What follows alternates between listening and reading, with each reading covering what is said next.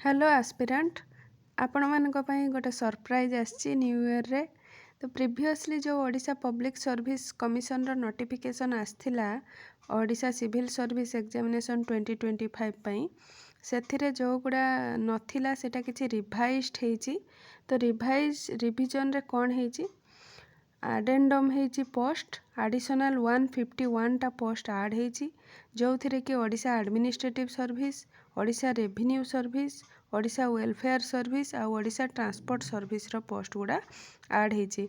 आमे प्रीवियसली देखिथिले Odisha administrative service आ ओडिशा रेवेन्यू सर्विस नथिला। तो पिला माने बहुत कंप्लेन करथिले ओएस पोस्ट बिना ओएस एग्जाम केमती हबो एमती। तो सेथि पई सरकार ताको आमेंड करिसेंती जो थिरे कि पोस्ट सब ऐड करा हेछि। तो वैकेंसी सेथि पई इंक्रीज हैला 314 टा वैकेंसी रु 465 टा वैकेंसी हैला जो थिरे कि 104 वुमेन थिले एबे 154 वुमेन कैंडिडेट माने पाई परिवे। एठी हमें देखिबा आगरू ओडिशा एडमिनिस्ट्रेटिव सर्विस नथिला केवल ग्रुप ए पोस्ट रे केवल ओडिशा पुलिस सर्विस थिला किंतु एबे ओडिशा एडमिनिस्ट्रेटिव सर्विस भी ग्रुप ए रे ऐड हैला। केवल ओडिशा फाइनेंस सर्विस आउ जोटा रुहे ग्रुप ए रे सेटा नाही। रिवाइज्ड वैकेंसी रे हमर ऐड हैला जो ओडिशा एडमिनिस्ट्रेटिव सर्विस सेथिरे करेंट ईयर रो पोस्ट 10 टा ऐड हैला।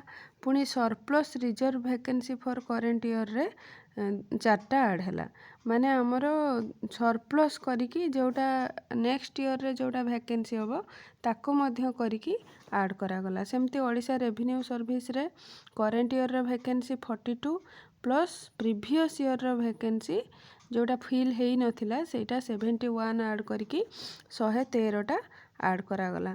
आउ काहे कि एमती होउची ना जो डायरेक्ट रिक्रूटमेंट माने अछंती डायरेक्टली ऑलरेडी ओएस ओआरएस रे रिक्रूटी अछंती सेमानकर वैकेंसी ऊपर पोजीशन पई अछि किंतु सेमानकर प्रमोशन जेहेतु एते पर्यंत हेइनी तो तळ पोस्ट गुडा वैकेंट हेइनी।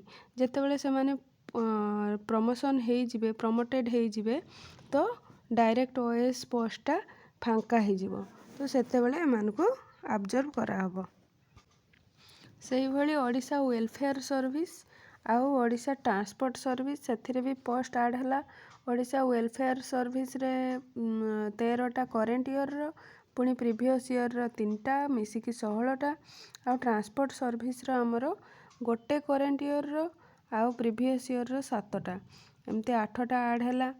तो एगुडारे वेलफेयर आउ ट्रांसपोर्ट आगरू ओडिशा सिविल सर्विस अंडर रे जो जेतेबेले पूर्वरु नथिला किंतु धीरे धीरे बहुत service Odisha civil service under रे आसुची।